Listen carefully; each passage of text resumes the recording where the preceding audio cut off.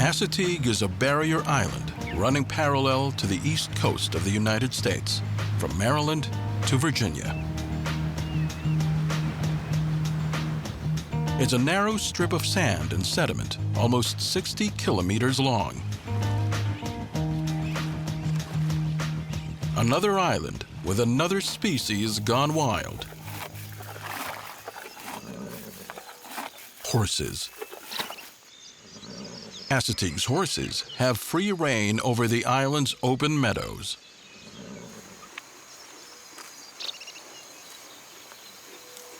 Worldwide, the population of domestic and feral horses is estimated to be 58 million, with over 9 million in the United States alone. There are so many horses in the U.S. that if they were to form their own state, it'd be the 11th most populous in the country.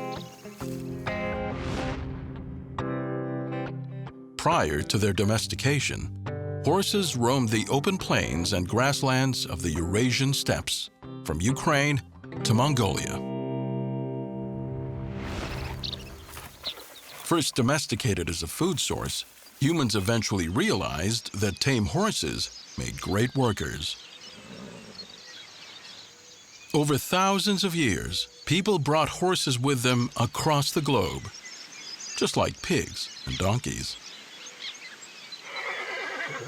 Assateague Island's horses have been here since before the American Revolution. But how they got here is a mystery. Some say that the horses arrived when two Spanish galleons crashed into the island during the 1500s. Others believed that early colonizers stashed the horses on the island to avoid paying livestock taxes.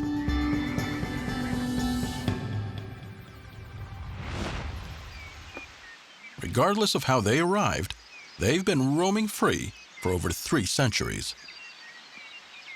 Today, 300 horses live on Assateague.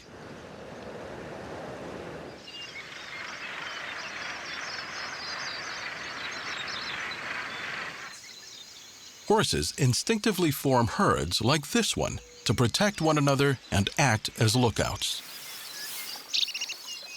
Feral horse herds are often called bands. The bands are led by a dominant stallion. He's the herd's protector and enforcer of the band's rigid hierarchy, leading a harem of up to 8 mares.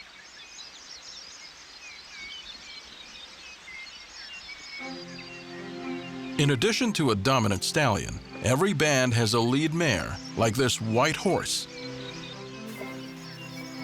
She decides where to graze and when to go find water. Horses are prey animals. They grow anxious and flighty when alone. Even here, where there are no predators. The company and hierarchy of the band keep everyone feeling secure. With winter on its way, this horse has begun shedding dead hair and growing in a thicker coat. The horse's pituitary gland recognizes the shift in daylight hours and produces a hormone that triggers the increased hair growth. It's an itchy process for the horse. Horses need to keep their coat well groomed all year. It regulates body temperature and protects against the elements. Horses also produce pheromones that make it possible to identify other herd members from as far as 120 meters away.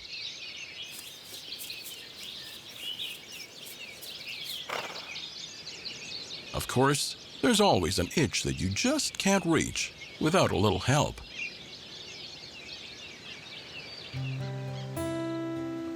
When animals clean each other, it's called allo-grooming. It's a sign of an intense bond between horses. The more horses an individual grooms, the higher her social status is within the herd. Scientists have even found that mares, who are the most gregarious groomers, also produce the most offspring.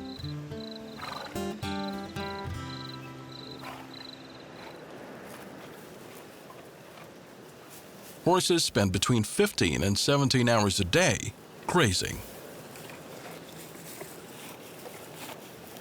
Horses here eat the grasses that grow in the salt marsh or on the beach. This diet is high in salt content, so the horses drink twice as much water as other wild horses. All that water makes them bloated.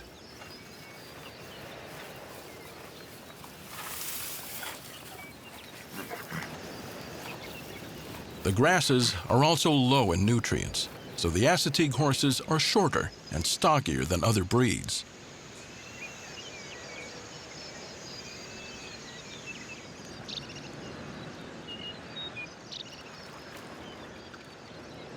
Adult horses eat 21,000 calories each day.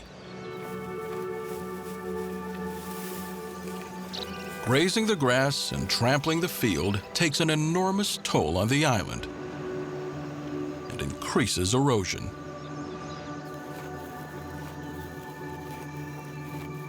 With no natural predators to control the population, these horses can eat themselves out of house and home.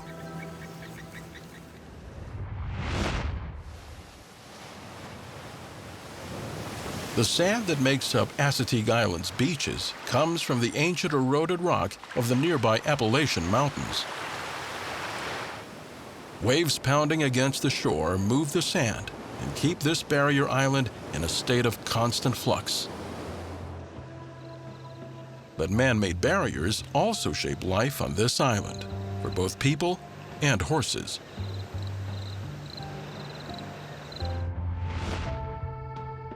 A state border runs across the island, separating it into two parks. The northern section of the island is Maryland's Assateague Island National Seashore. The southern part is in Virginia, where the horses live on the Assateague National Wildlife Refuge.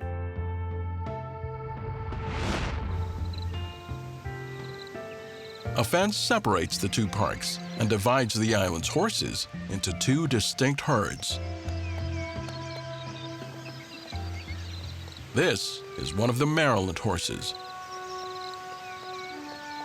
Now in his fourth year, he's just beginning to reach sexual maturity. He's on his own. The leader of his band, probably his own father, chased him away when he got old enough to become a threat to the stallion's dominance. For horses, this is an instinctual prevention against inbreeding. Stallions form their own band by drawing in females that have also been cast out, or by attracting a mare that's left her band to give birth. The Assateague Island horses are one of the few wild roaming herds in the United States.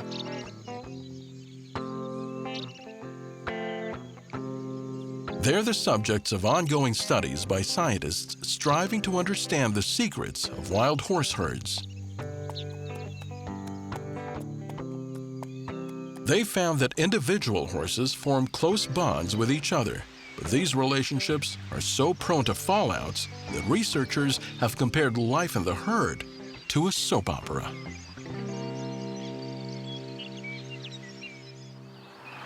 The horse's reign on Assateague Island faces a similar set of threats as the donkey's empire on Bonaire. The horses are drawn to the rich grasses on the side of the road. Humans are drawn to the majestic horses. It's a dangerous and potentially deadly combination.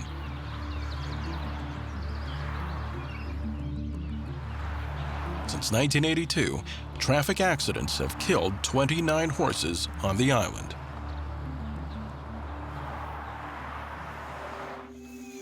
But the horses themselves may be their own worst enemy. By pulling up the grass, the hungry horses are weakening the island's foundation. This salt marsh is regularly flooded by the tides. Assateague is a barrier island, and, like all barrier islands, it's made from sand.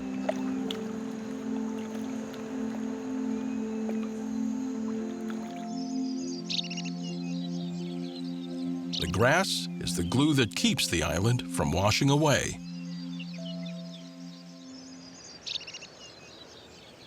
When this area was made a national park in the 1960s, there were only 28 horses living on the Maryland side of the island.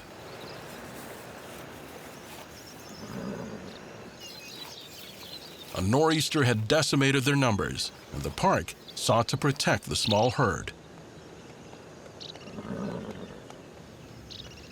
By 1997, the herd's numbers had risen to 165, and the park faced the opposite problem.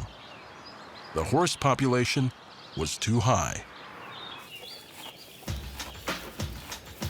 To protect the horses and their home, the United States National Park Service put in place a plan to control the population. Most of the female horses on the Maryland side of the island are now on birth control.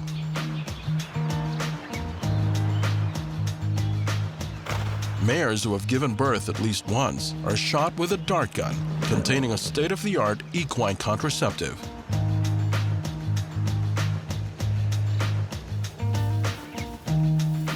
For the first few years of the program, the population continued to grow. But officials were patient, and in 2014, the Maryland's horse population dropped to a sustainable 100 horses, with no cull or relocation necessary.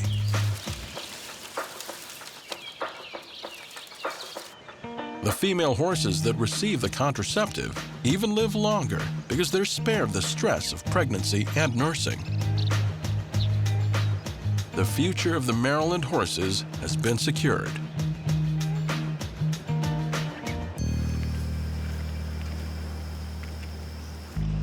On the Virginia side of the island, the horse's appetite poses the same threat to the island's foundation. But officials there are trying a different solution to manage the population.